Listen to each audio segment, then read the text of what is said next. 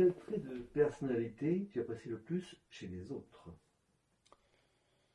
Euh, la faculté. Alors je vais essayer de. Je vais pas avoir les bons mots pour dire les choses, je vais les exprimer. Là, j'apprécie chez l'autre que les personnes se livrent, mais qu'elles écoutent et qu'elles ne soient pas butées sur des jugements. J'ai horreur des gens qui disent ah, de toute façon, chez moi c'est comme ça. Ah, moi, je supporte pas les gens comme ça. Même si je peux partager par moments des avis, mais je supporte pas qu'on impose aux autres l'avis. Voilà, moi j'ai tendance à faire oui, oui, et puis passer à autre chose, parce que je vais pas aimer spécialement le conflit, en tout cas pas celui-là, là. Il m'intéresse pas. Voilà. Et pour quel défaut tu as le plus d'indulgence? Je serais tenté de dire que il n'y a pas un défaut qui fait que je ferme une porte, quoi. Euh, j'ai été trahi, j'ai pardonné. J'ai été déçu, j'ai pardonné. Quand je dis j'ai pardonné, ça veut pas dire que je sois pas capable par moment de ressortir un peu. Céline, elle serait là, elle dit ouais, c'est bien beau ce que tu dis, mais des fois tu ressors des trucs 6 mois après, quoi. Ça, c'est mon côté féminin. Non, mais à côté de ça, je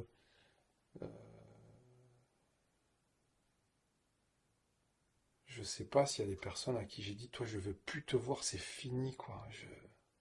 Je t'en veux à mort, quoi. Non. C'est soit de l'indifférence, soit après tout, faut qu'on soit grand, quoi. Et l'un et l'autre, en se disant, quel dommage.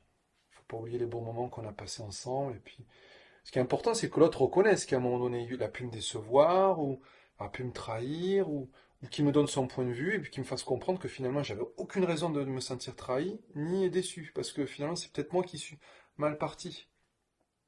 Qu'est-ce que tu attends d'une relation amicale? Euh, de, de pouvoir, évidemment qu'il y ait l'échange bateau, et de se sentir bien avec la personne.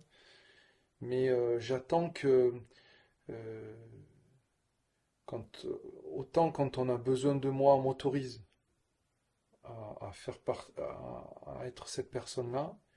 De la même manière, si moi j'ai besoin, euh, que la personne soit disponible aussi, quoi. Voilà. J'ai pas envie de parler de triche ou pas de triche ou quoi que ce soit. Moi, j'ai des amis avec lesquels je peux passer des années. C'est pas des mois, c'est pas des semaines, c'est même des années, sans s'appeler, sans se voir, sans quoi que ce soit.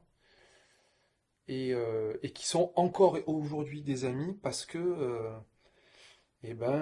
quand on peut se revoir et passer à la fois de très beaux moments ensemble qui sont sans aucun but, voilà, tiens, on est content de se revoir, ou alors se revoir parce que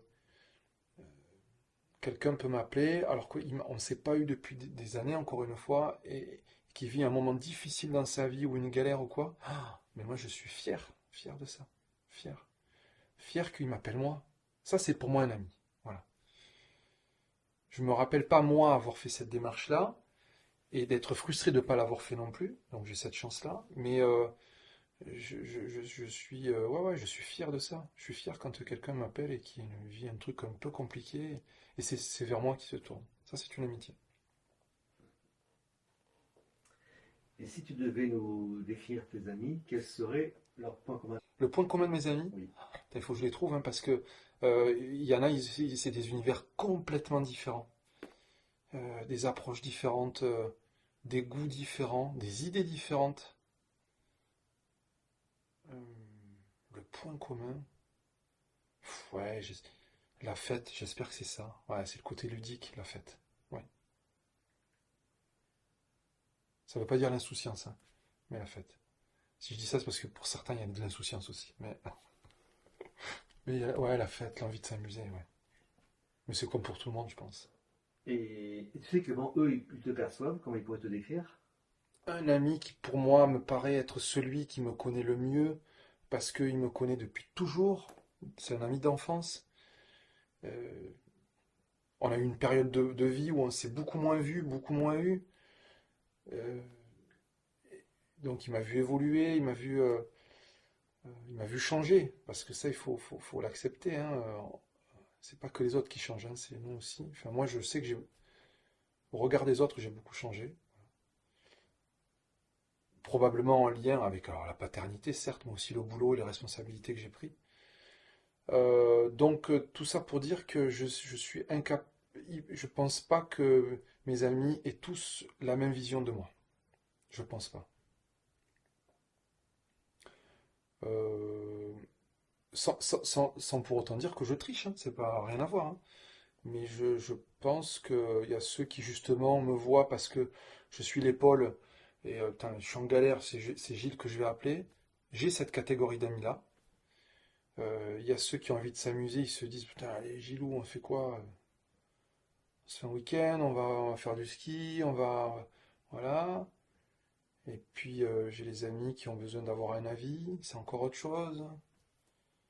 Euh, enfin, je parle comme si j'avais 10 000 amis, j'ai pas 10 000 amis non plus, hein, mais euh, voilà, j'en ai pas énormément. Mais enfin voilà, ça tourne autour de ça. Et puis il y a les amis du moment aussi, il faut pas s'interdire. Il y a les amis du moment qui font partie de tranches de vie qu'on connaissait pas il y a quelques années en arrière, et on sait ou on ne sait pas, la vie va faire qu'on ne les connaîtra pas peut-être plus tard, et il faudra pas être déçu de plus jamais les revoir, il faudra pas être déçu parce qu'ils nous ont jamais rappelé, mais parce qu'ils nous ont apporté du bien-être à un moment donné. Enfin voilà, moi c'est comme ça que je vois le truc. Et ils ont fait. Et peut-être que quelques années après, tu te dis, tiens, j'ai plus de nouvelles, ça fait chier, j'aurais bien aimé avoir. Mais je leur en veux pas. Soit j'essaye de trouver le contact pour reprendre contact avec eux. Et puis si la vie fait que ça fait pchit, ben ça fait pchit. Il faut pas oublier le bon moment. Voilà. Donc il y a ces amis du moment aussi. Voilà. Comment tu décrirais ta façon de communiquer avec tes proches? Ah. Euh, je parle beaucoup. Je me découvre depuis peu le plaisir d'écrire aussi, mais d'écrire comme je pense et non pas d'écrire une lettre. Voilà, c'est un peu la différence. C'est-à-dire que c'est pas toujours réfléchi, ça sort comme ça. Même si je me relis, mais il n'y a pas, il y a pas les formules, il n'y a pas tout ça. Comment je communique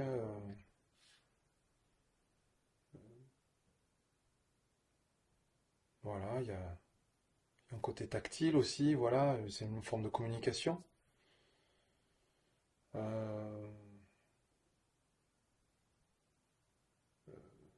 et par moments, des fois, je me referme aussi, c'est une autre forme de communication, où je dis rien.